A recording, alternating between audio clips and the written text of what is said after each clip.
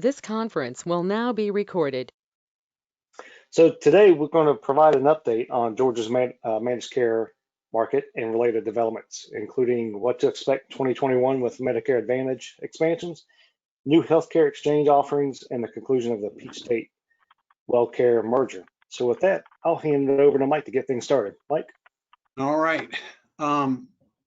Yeah, this is going to be kind of a lot of information, so we're going to try to keep it moving pretty quickly as we go through here. Kind of the format of the thought was that we were going to kind of push through, kind of giving you a sense of the footprint that all of the top players in the market have, and then kind of some thoughts about what's been going on in the market, and then kind of push down to kind of what do we think we need to do about it, and give you some thoughts around that as well. All right, so next slide. And then next slide. All right, so obviously this conversation is going to start with Blue Cross. Blue Cross currently is around a 60% statewide market shareholder in the commercial market, and that includes the state health benefit plan. They're around 2/3, close to 70% outside of the Atlanta market, of which a little less than 1/3 is PPO, a little bit more than 2/3 is HMO. And you basically have seen over the past few years, when they add new business, it's all HMO. The state health plan switched to being nothing but HMO 5 years ago. Any of the larger business hunks that they've won recently have been fully HMO. Savannah market, they took over Gulfstream, and it's the HMO product is what's being offered for that. Under the state health plan, and we'll talk about this kind of several times through this PowerPoint, that under the state health plan, they are over a 98% market share holder for the active enrollees in the program. They have virtually none of the retirees, but they are almost a monopoly within the state health side of it, and that represents 1/4 to just under 1/3 of their statewide commercial membership. Under the Medicare Advantage product line, they're immaterial. And for Medicaid, they are the owner of Amerigroup, which is currently the second place CMO that's in the market. Next slide. So with each one of these, we kind of wanted to talk for just a second about where we think their head is from their recent activity. Goes without saying that if you're an independent physician on this call and you're not in one of the the statewide Piedmonts of the world, you just got a termination notice from them that and a new fee schedule to go find on Availity, that both of which are effective 11/15. Curiously enough, that happens to be right before the state health enrollment period, which I don't think is a coincidence at all, so that they can represent to the state that the network that they have at that point of time, that is going to be the network that the state will have for the next year, because the state health plan has been very adamant that the network upon which somebody enrolls needs to be the network they have access to throughout the year.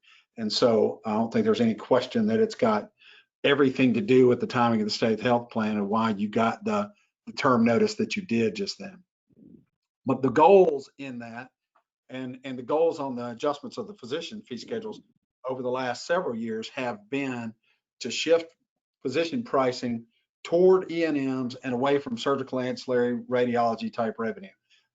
They want to push the labs toward LabCorp. They have been doing that on the HMO side. The surgical pricing has been dropping. E&M pricing has been increased. And then you'll see later on when Kelly talks about the value-based stuff, the bulk of the value-based stuff they have deployed in the market for the last few years has been primary care based. And so we'll talk more about that, but that's been kind of the theory of everything that's gone down. And so again, if you're on the fairly standard contract, then you are you have a new fee schedule out there on Availity. You need to go get it. We'd be glad to model it, but nonetheless, that's what's going on. The other thing that's going to be embedded in the contract, although it's new paper and so there's a lot of changes to it, the main thing that will impact you is that they're implementing mid-level enrollment and billing, obviously, for the savings that would occur on that. On the hospital side, for those of you hospitals that are on the call today, there's been 2 or 3 things that have been going on over the last year or two. One is they have a desire to move to a standardized fixed rate agreement. So it's an APC, you're a PPS, Medicare PPS hospital oriented setup. And so regardless whether you're a critical access hospital or PPS, their desire is to move you to a Medicare outpatient PPS type methodology. That has been out there for a while. There's been limited success with that, and so, but that is still a goal of theirs. We have seen for a while that there's been a process to enforce this or to push site of service policies to shift volume to freestanding providers, and so away from hospitals toward the freestanding imaging centers, freestanding ASCs, et cetera, et cetera. There was a policy a couple of years ago that was put into place on the AmeriGroup side, which is owned by Blue Cross, that would assume that medical necessity would not be met for hospital services, and so all outpatient surgery, unless there was an exception granted, was to be performed in an ASC setting. Of course, there was a tremendous pushback on that, and that policy got pulled. But that policy is in place nationally in many other Anthem states, and so we don't think that that's gone forever. That will come back eventually. And then, as you've seen, like in death by 1,000 paper cuts, there's been a clear push to aggressively reduce cost via payment policy adjustments, administrative adjustments, those kinds of things that have been exacerbating in the more recent period. In terms of their product lines, it seems pretty apparent at this point that they have continued to pull back from the health exchange market to the Pathways product in an effort to retrench it and then recontract with providers that will agree with the type of pricing they would like to have, and then go back out to those markets subsequently. And so we anticipate for 2021, they will not expand into many other counties. We expect that they actually will reduce the number of counties, and we'll talk just a second that sort of opened the door for Ambetter to go in to those other counties and kind of fill the gaps on a lot of those that only have one health exchange option that are available there. But nonetheless, that's been their play for a while. And then they clearly want to establish Medicare Advantage as a more material player in that market. But it's been a struggle. They really haven't grown over the last 2-3 years. And in most of y'all's markets of our client base, Blue Cross on the Medicare Advantage side is probably less than 5% of the Medicare Advantage enrollees in your market. Next slide. Oh, and by the way, if y'all have any questions, just stop me or throw something in the chat. Mike, yeah, we actually have a couple of questions from Christy Purvis in the chat related to Blue Cross. Yep. You can address those before moving on. Yes.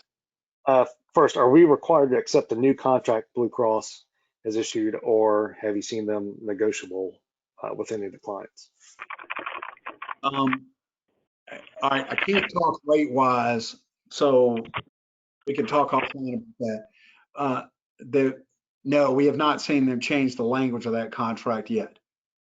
We're in the early stages of that, and there's a whole bunch of you guys of a lot of varying sizes and a lot of varying leverage points to be addressed in this between now and November the 15th. But no, we haven't seen them, and they certainly have made overtures that their intention is to not change it, unfortunately. Jason, what was the other question? Yeah, and secondly, is the new mid-level Blue Cross requirement only for their Medicare CMO line, or will it disallow Incident to billing on the commercial side as well? Oh yeah, it is definitely intended for the commercial line of business. The intention is to eliminate Incident to billing for mid-levels on the commercial line of business. Kelly, you have anything you want to add to that? So we have gotten some clarification, and it looks like that policy, though, is going to be applicable for PAs and nurse practitioners only. Gotcha. Christy, let us know if that answered your question. Okay, so moving on to UHC, their basic portfolios, you know, we think of them as a commercial player, but they're a much larger Medicare Advantage player than they are commercial at this point in the market. They're just a commercial business only. They're 14% statewide market share holder. They're 10% outside of Atlanta. As I was saying, they're the flip side of the Blue Cross issue on the state health plan. They have a very small percentage of the active enrollees, at least outside of Atlanta, but they have a virtual monopoly of the retirees on the Medicare Advantage side. The problem that has caused most of you guys is that, as it leads into the Medicare Advantage section there, is that because they had to deploy in all the rural markets, they were there already. And so they have developed the market and have grown the footprint on the Medicare Advantage side such that you see the numbers down below. Outside of Atlanta, they're a 60% market share holder.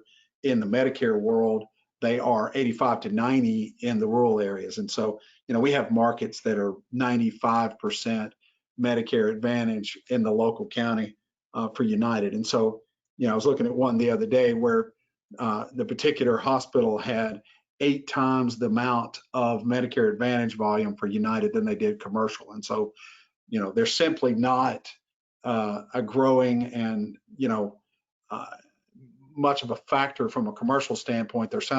They have sort of dropped down into the, you know, they also ran level of the Aetnas and the Cignas and the Humanas of the world on the commercial side, but on the Medicare Advantage side, they are certainly a force to reckon with. That said, they have lost, outside of the state health plan, they have lost market share in the non-Atlanta markets over the past 3 years.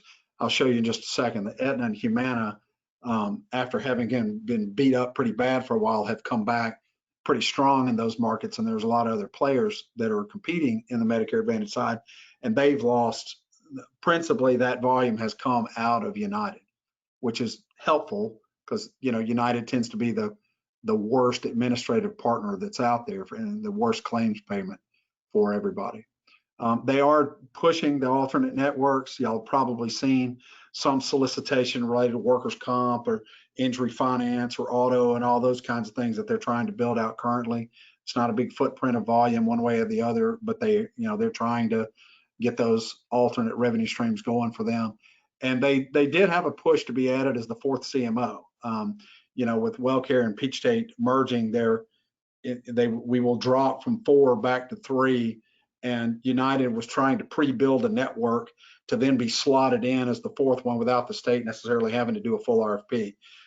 As we hope to confirm with Frank Berry and Blake Fullenwater next week on our call, DCH has previously told us that there will be no additions to the CMO listing, and then that we will go to market with just 3 for the next couple of years until the next RFP comes down.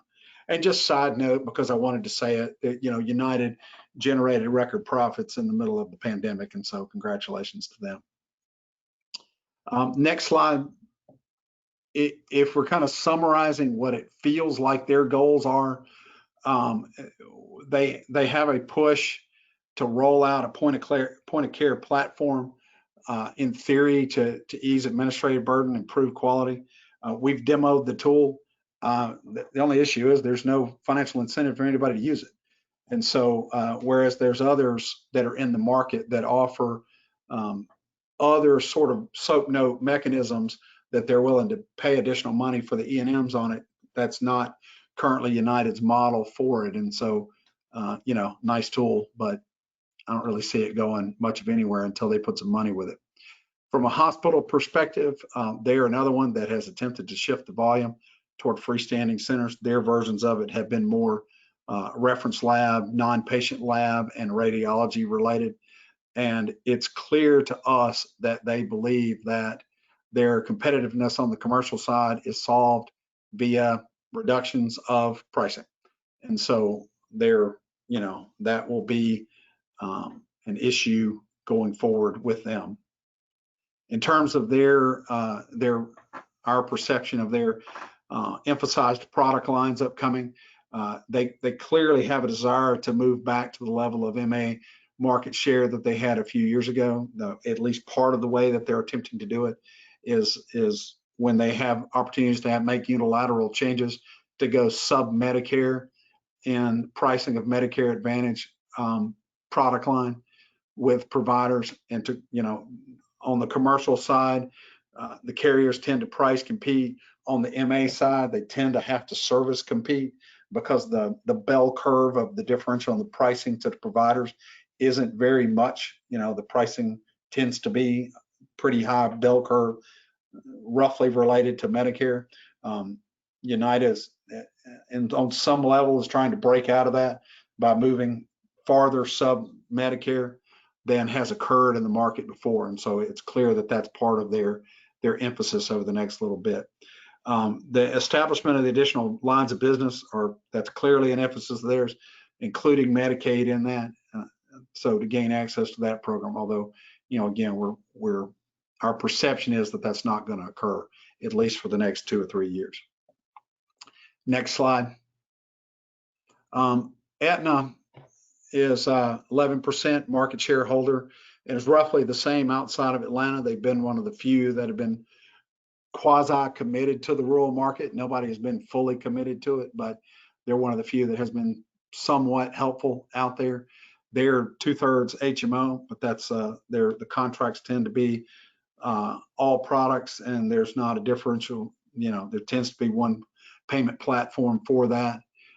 They do own Meritain, which is the largest non-carrier claims administrator in the market, owned by Aetna, and as you'll see, growing that product line is an emphasis of theirs.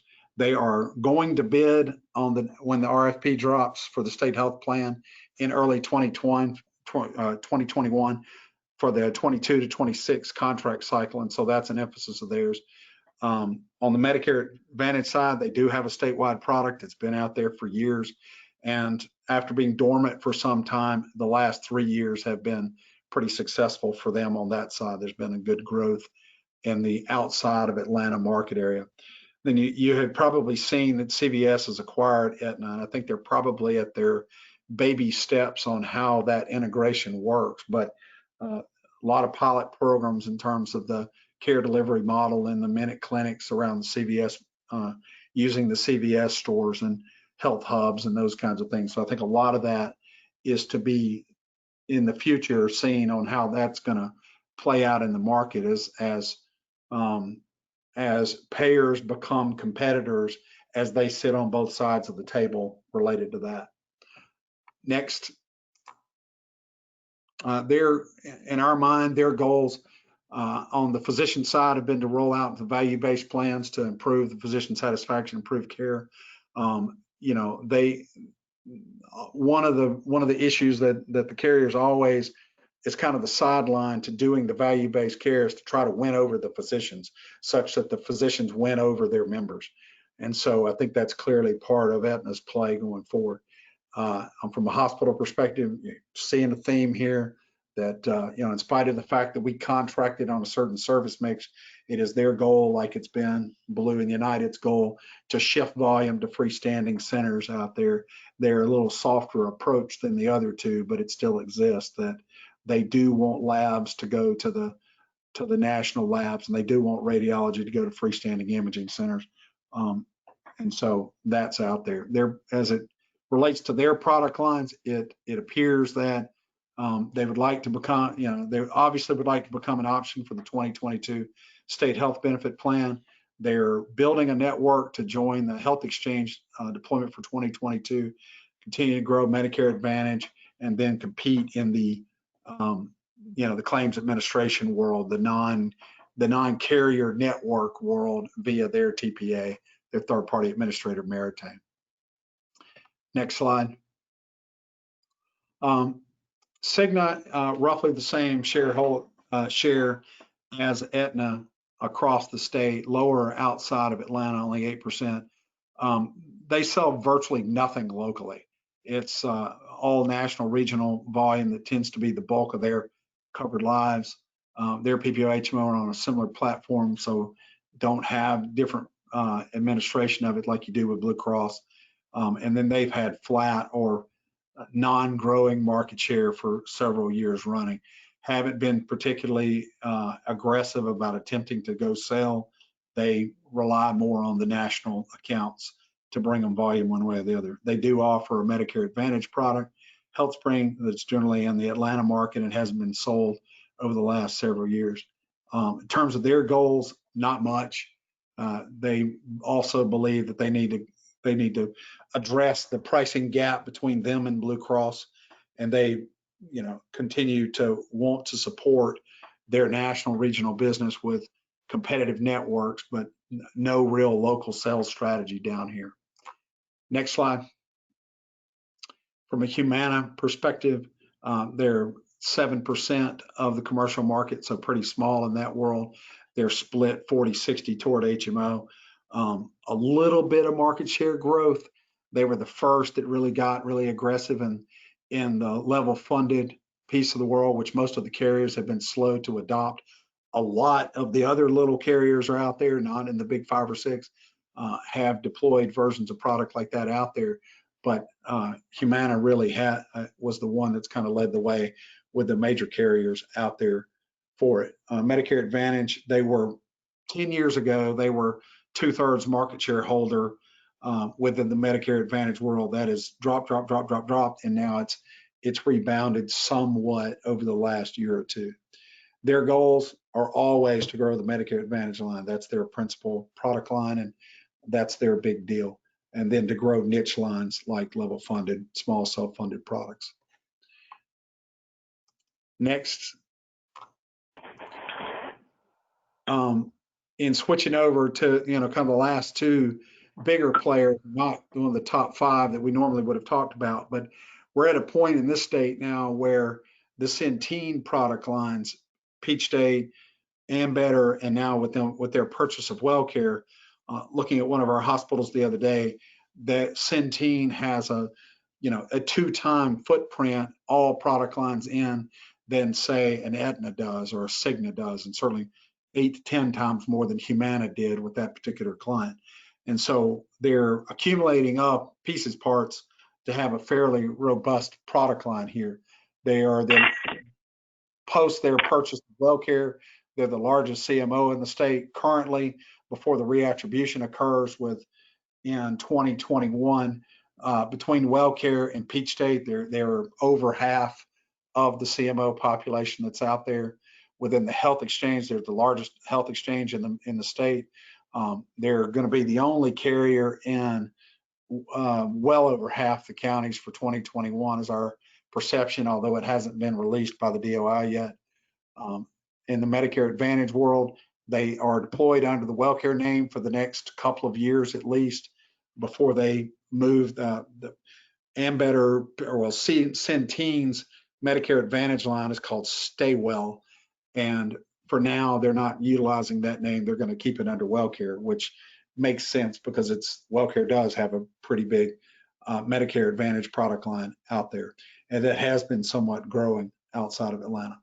So their goals, our perception is that there are the southwest part of the state that we believe Blue Cross Pathways is moving out of, that Centene and Ambetter would be moving into to finish out that corner of the state, and then several in the northern part of the state as well, that they would be implementing those territories vacated by Blue for 2021.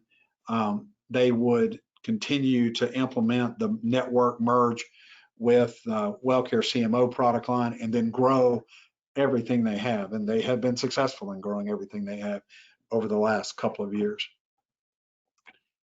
Next slide.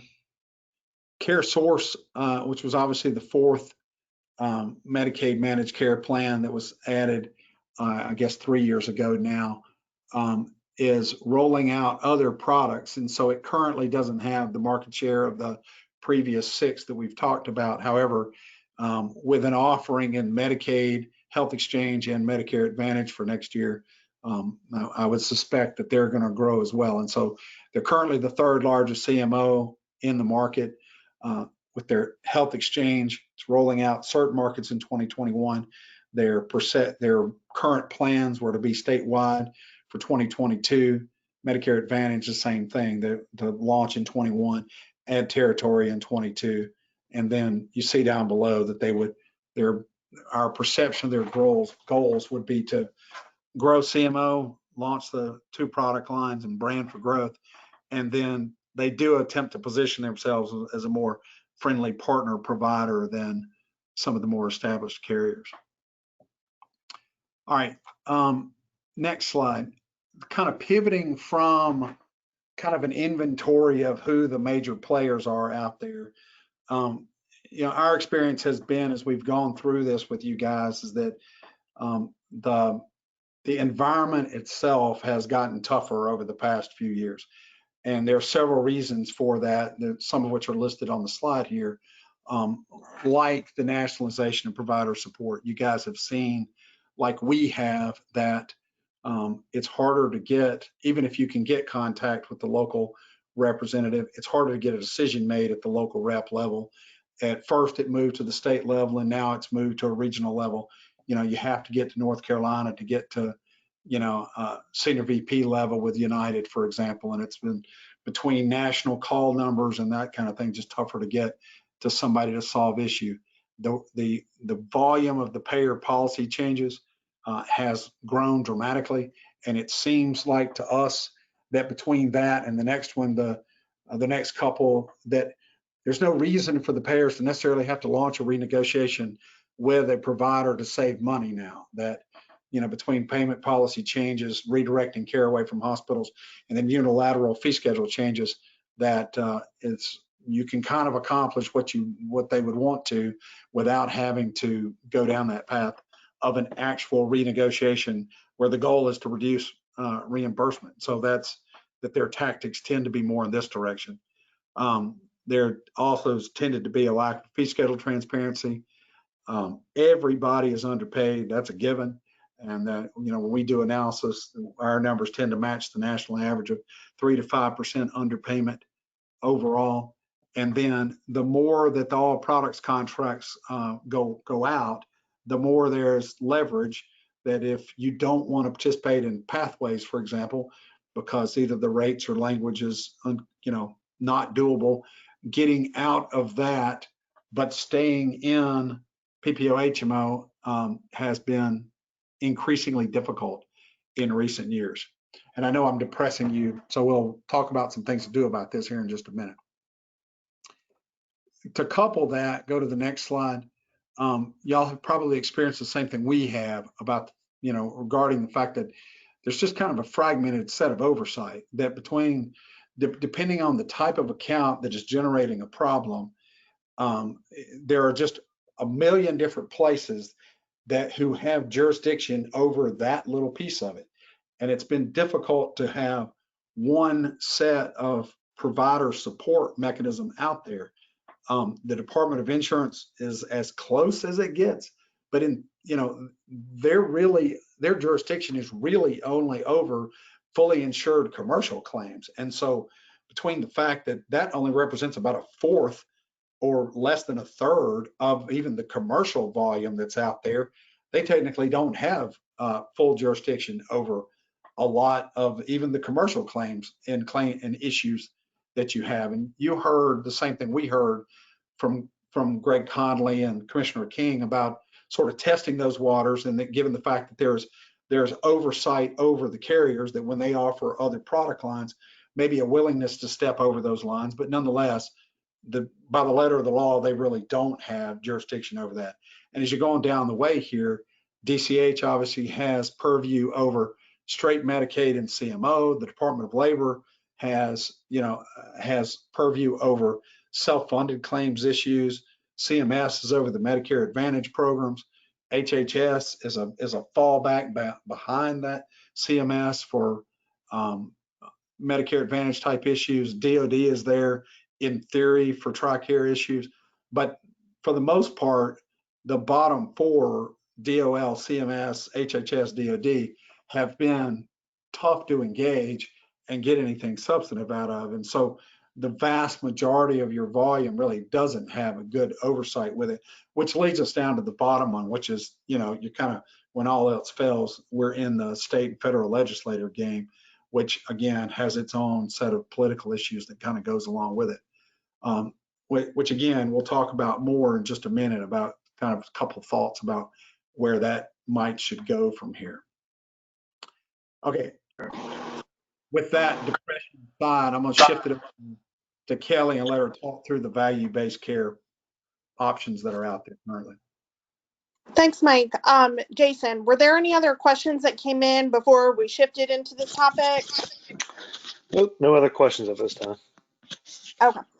So we continue to see more deployment of value-based models as really when we're considering an overall picture of the payer partnership, it's critical to start looking at where we can account for additional revenue if we're taking hits on the fee-for-service side with what's available in the value-based model, and sort of looking at reimbursement across the full spectrum.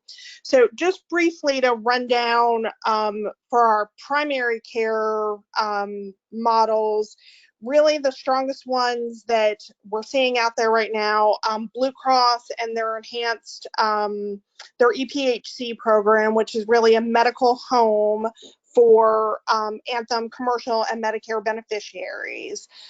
Humana model practice engagement, you know, all of these work on a similar structure, HEDIS-based, and the opportunity for shared savings. Aetna is launching their patient-centered medical home for commercial business. They've been running their Medicare Advantage for a few years and are getting ready to launch that into the commercial side as well. Wellcare Medicare has run a shared savings model for several years. And then Peach State, sort of correlating with their acquisition of Wellcare Medicaid line of business, is planning on launching a new shared savings model in 2021 as well. And, you know, with, we're really starting to see more deployment in specialist partnerships. Aetna is launching partnerships for cardiology, OBGYN, oncology, and orthopedics. Blue Cross patient-centered specialty care functions similarly to the EPHC model for specialist types that may have attribution managing more chronic and long-term conditions, whether that's cardiology, endocrinology, OBGYN for pregnancy cases. And then Blue Cross is also launching their episode-based payment, which are really bundles of care focused in GI, orthopedics, OBGYN, urological are sort of their first targets. They're building off of what CMS has been doing with bundled payments and bringing that out to the commercial population. And for Humana, where their focus really is on the specialist side, is for their oncology model of care.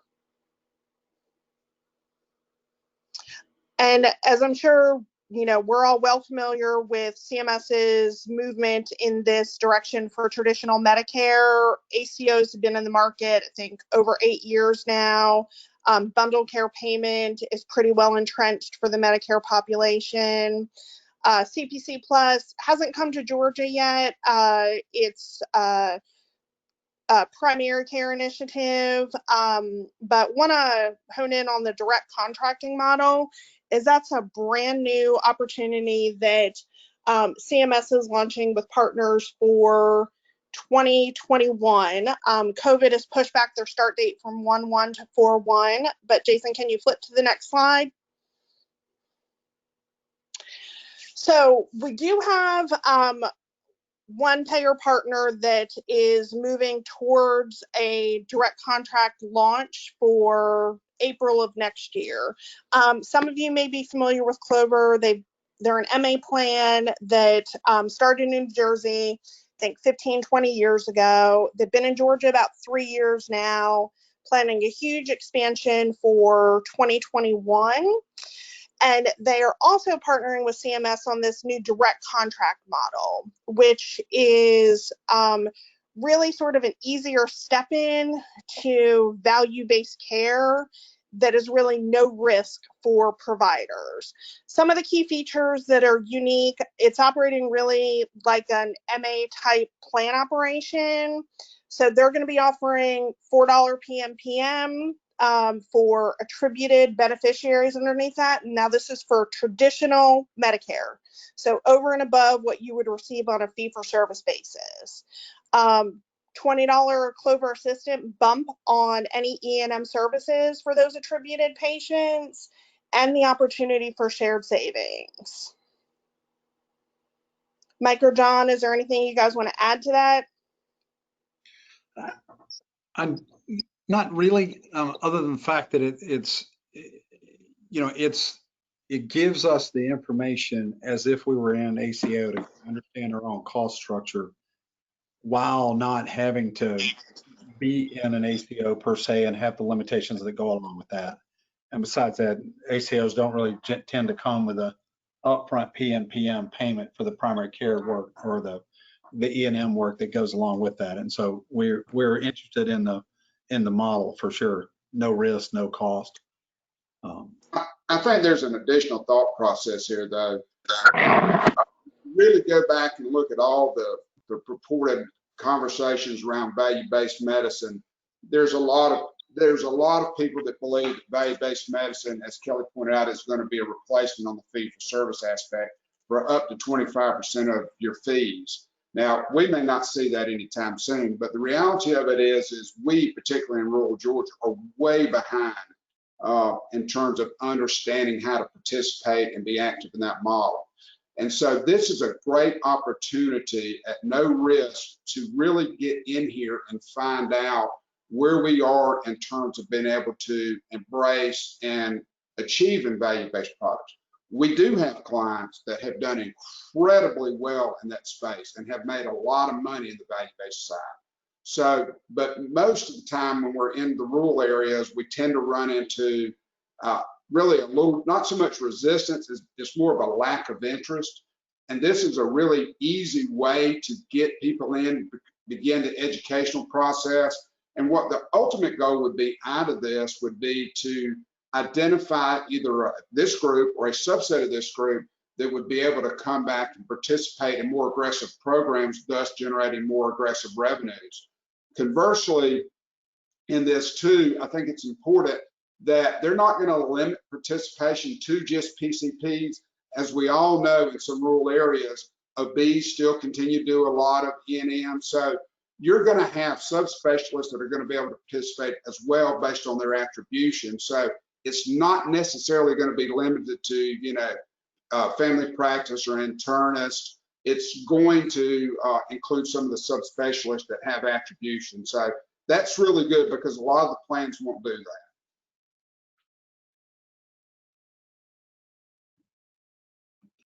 Kelly's going to be distributing some information to the IPA members and our direct clients about it in the next couple of days, and we'll follow up with everybody on that.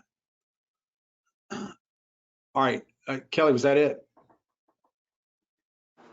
Yep, that was it, Mike. Okay, all right, switch to the next slide. All right, so in kind of pulling this all together and kind of giving some thoughts about, well, what do we do next?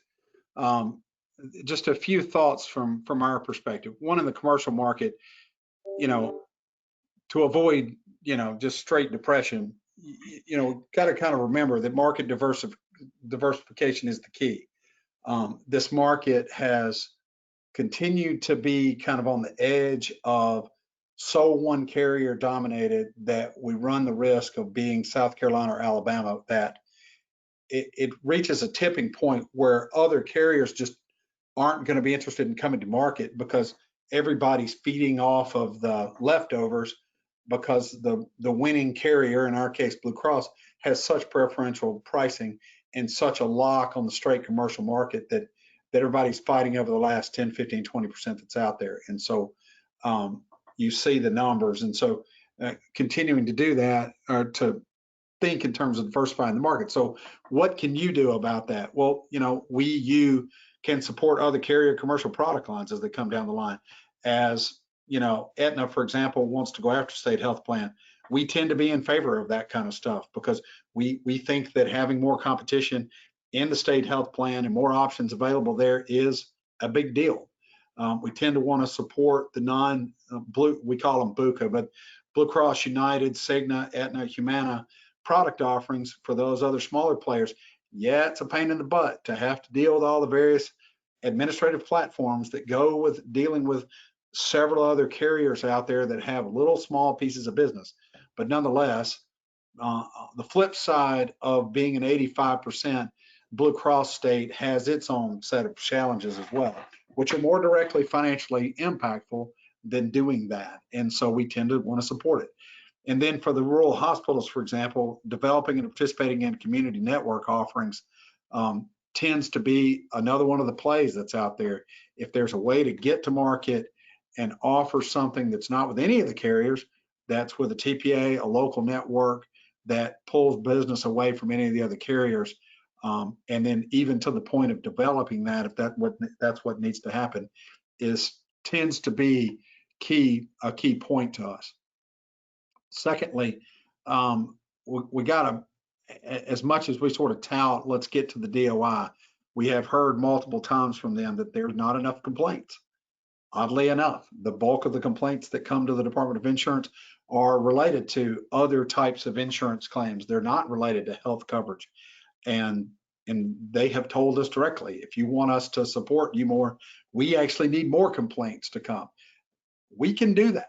You know, you guys are getting hosed every day by the carriers. And so, you know, upscaling the number of complaints and getting sort of our footprint in there, or y'all's footprint in there to address it, I think is part of it.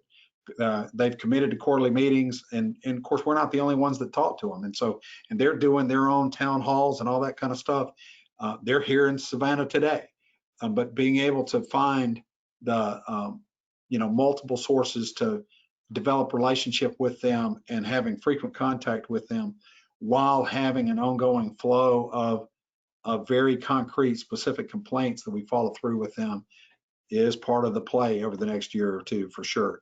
And then in our mind, we're supporting any legislative effort that's out there to implement, enforce network adequacy standards. The department has told us directly they think things are going to be submitted next year related to that. Anything that puts a concrete standard in place in order to level the playing field of leverage in your discussion with carriers, we're in favor of. It's got way more to do with putting a Blue Cross in a position where they need you, and they can't just cram down your throat the next set of changes to come down the line. And in our mind, those roads tend to lead back to network adequacy standards. And so, you know, we think that's very important. And then we do think that it's somewhere between the DOI and DCH, that some form of improved all product enforcement of provider type issues and the resulting member issues is key to what we need to focus on over the next year or two. John, anything to add to that before I move on to the next slide? Yeah, and I know this isn't designed to get down in the weeds, but I do want to point out a couple of things. First of all, I think it's imperative that you have to go back and look at some type of community network plan and how that works in your market, because you really are forced into a monopoly right now as it relates into rural Georgia. And I think the risk that we all have, that when you look at what is happening right in front of us, is that we're down to a handful of carriers in the state, and most of them are getting into the delivery side of the business, whether it's Blues with a telemedicine, or it's going to be Aetna through Cigna, what United, all of these players. And so you're going to have to create competition in your marketplace. In lieu of competition coming to your marketplace, you may very well need to create your own. And again, I'm not going to get on this soapbox. I'm going to say this, but one great area that you can do this with, think about state health benefit. If you're in Metro Atlanta, you have more options than just Blue Cross and United. You don't have that in your market. It may be time to have conversations with your legislators in DCH to understand how Blue Cross is using that leverage of the state health benefit plan to force you into untenable working situations as a partner. Conversely, that may be where you begin to have conversations about pilot programs, about how you can build your own community-based network for nothing else but for state health benefit, and try to get them thinking in that direction that they have alternatives, because right now in their minds, they only think they have Blue Cross and United. They don't think there's any other options for them. And it's time that we begin to be a little out of the box and communicative back to DCH to say, you can have other options, and it's not only going to be good for your patients, it's going to be good for our community, and it's going to support the health of our healthcare delivery system in our community. And the last thing I'll say, I can't say enough about it. If you're not pulling your legislators in, I don't care if you're a single doc or a hospital, if you are not pulling them in and educating them about the impact of what happens in your community as it relates to healthcare, it's a huge mistake, because when they get to it, when they get to Atlanta, it gets drowned down by what goes on in urban Georgia. And so you need to be as loud and vocal as you can be. And clearly you can see I get on a soapbox about this, so I'm done. Yeah, and that kind of ties in with the next slide. Actually, tremendously ties in with the next slide. Go down, Aaron. We've been kind of talking around this a lot, and I guess just to state it directly, the Board of Regents, which is the university system, went to market, I believe it was in November of last year, or a while back, with an idea to rebid for next year. The state health plan, the rest of the teachers, the rest of the state health plan, they have pushed it off 2 years in a row, that for them to release their RFP for a 1/1/22 implementation, that plan year. And we have thought for a while that has been a real opportunity for us to do exactly what John's talking about. When we have Frank Berry and Blake Pullenwater on the phone next week, again, a large hunk of the reason we wanted to talk to them right now was related to making our play for the fact that having Blue Cross have a virtual monopoly in the actives outside of Atlanta, having United have a virtual monopoly in the retirees outside of Atlanta is not helpful. It's not, it's harming you guys, and probably puts them in a position where their membership service isn't as good as it probably could have been otherwise. And so we do believe that get down to the next steps on the slide, that continuing to support any additional bidders to diversify the membership. If Aetna wants to bid, we're in favor of it. Then beyond that, like John was saying earlier, to continue to lobby DCH, your legislators, whoever, for more diversification with the retirees and the actives. And then on the active side, 15 years ago, they had an equivalent member premium between the various carriers that were offered. At that time, when they went to it 3 iterations ago, they began to underwrite the difference in the carrier pricing based on their cost. And so right now, outside of Atlanta, it's far cheaper to select the Blue Cross options. And thus, that's why 98% of the membership goes over there. The teachers historically had a good relationship with United and Cigna. Whether or not we do or not, they would select other things had the member premium been flat. And so one of the points that I feel like we've kind of gotten away from in all this time, but there's points that we need to continue to make to the state, is that encouraging the member premium to go back to a flat number between the carriers and somehow make it budget neutral for them. And we understand the cost constraints they're under, but to put it in a position where that's a more diversified answer at the end of the day. I want to point out that on the Board of Regents, that Aetna bid for that, and they missed it by one. On the technical side, they were there. There was no issue. They missed it on the financial side by $1 million. Over the state, that's not a lot of money. But Blue Cross defaulted back to, well, we traditionally stay with Blues and we stay with United, and this is what we do. And I think it's a disaster for them not to hear that they're taking your tax dollars and they're funding a carrier out there with your tax dollars that are hurting your business. That makes no sense to me, none at all. All right, so we only have a few minutes left, so we'll pick up the pace and get through the rest of these. Next slide. So kind of the same process as it relates to the Medicare Advantage world. As I've told you before, if you're in Savannah, Augusta, you have more of a diversified market, and it probably works the way we wish the commercial side did. In the Savannah market, it's a 4-horse race. They're all, at least 15-18% of the market share. Augusta is similar to that, and it's not nearly so United centric. But in the rural areas, it only takes about getting a county and a half away from Savannah until you're 85 to 90% market share for United. And so again, in our mind, a couple of points. Number one, we do believe, not to further depress you, that the train has kind of left the station in terms of like just encouraging people to stay with the traditional Medicare. That between the fact that it's a zero benefit plan, a zero premium, and generally a lower benefit plan design of out-of-pocket costs for the member, it's kind of hard to talk them out of it.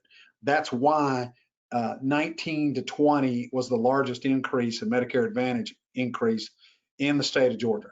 Now we're at a point where 38, almost 40% of the enrollees in the state, of the Medicare enrollees, are in a Medicare Advantage plan as of January of this year. And I just don't see that changing.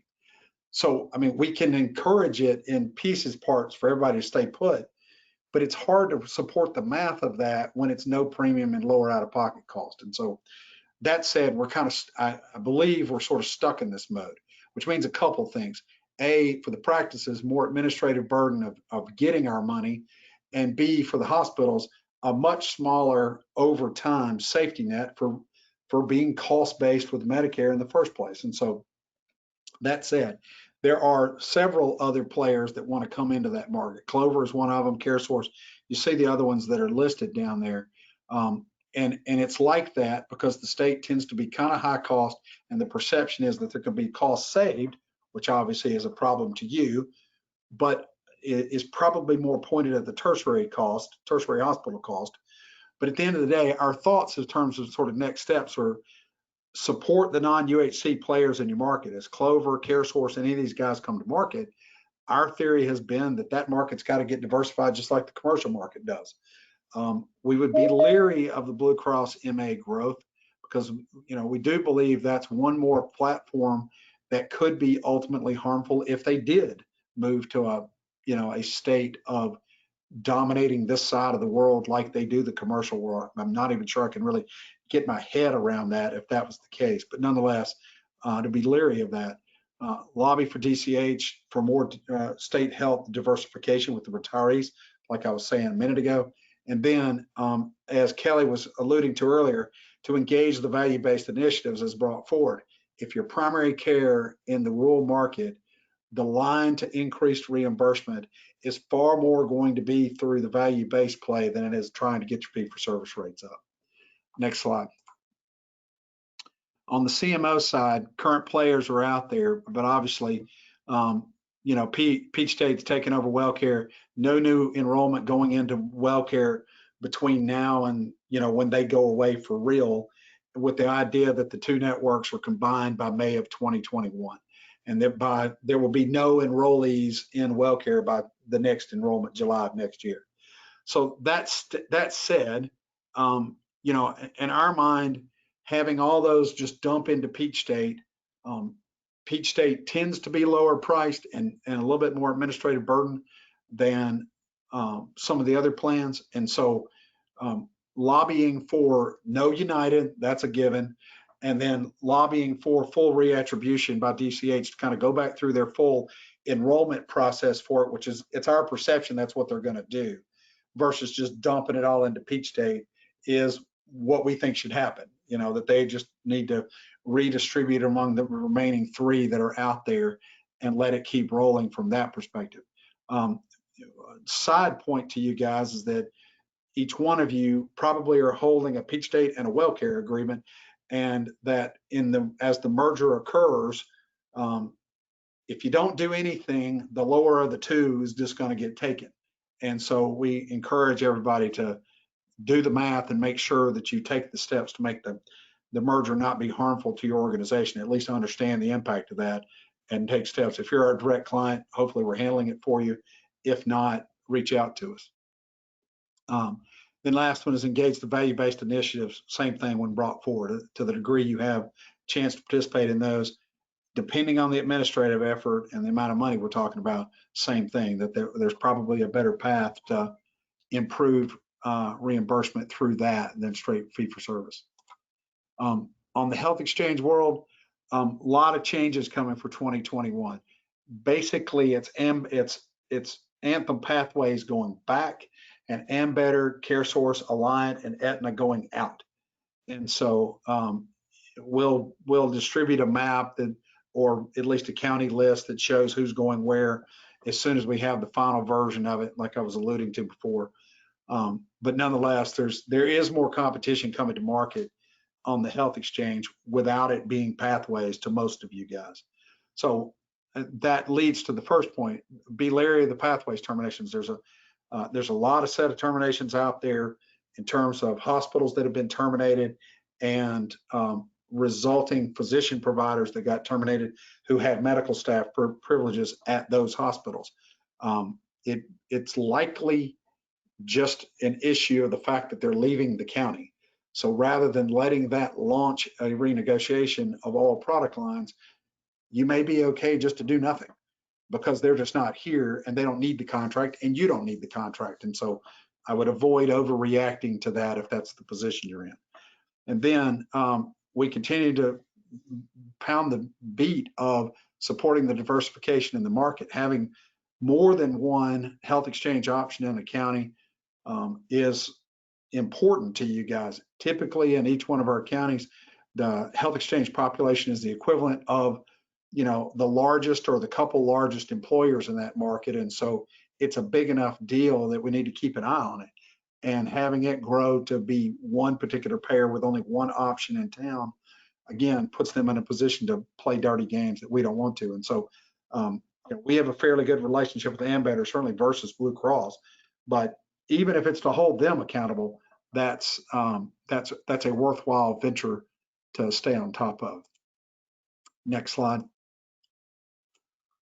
And so can't have one of these calls without bringing up COVID. And so just to annihilate this dead horse, from a COVID-19 perspective, you know, I have said before on these calls, employer-based coverage is down 9%. Where the national expectation is that it's going to go is traditional Medicaid, the CMOs, health exchanges, and then if you're the hospitals, more self-pay. And so in our mind, a couple of points to do about it. One is, as you project your internal financials in the HHS reporting for lost revenue, project the volume, the shift in payer mix included in there. As you have more people move from commercial level of pay to Medicaid and self-pay level of pay, that's obviously going to be harmful. And so as we think about our internal budgets and our ultimate reporting to HHS, that's another line of hit that you guys are taking. And so no, we don't have the final reporting guidelines out, but certainly that's part of your quote unquote lost revenue at the end of the day. And then for the next 90 days or so, I've said this before, we'll keep saying it, verify coverage, verify coverage, verify coverage, because, you know, we've never had this kind of moving off the rolls at the same time in our history. And so if that's what's going to happen, we're going to have to make sure we have current verification of coverage. All right, next slide. That should be it. All right, we've run out of our hour. And so unless there's any, oh, there's a question.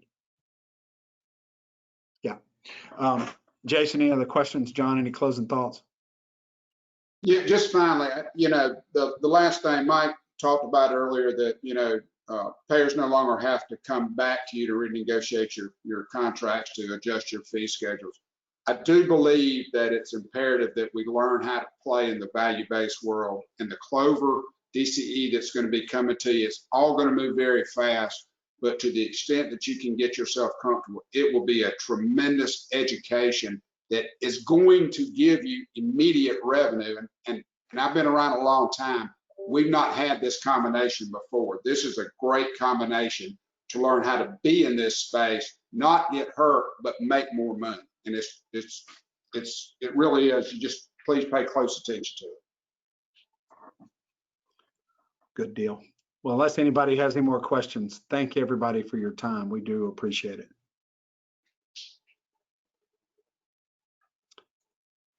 And Jason, that's it, right?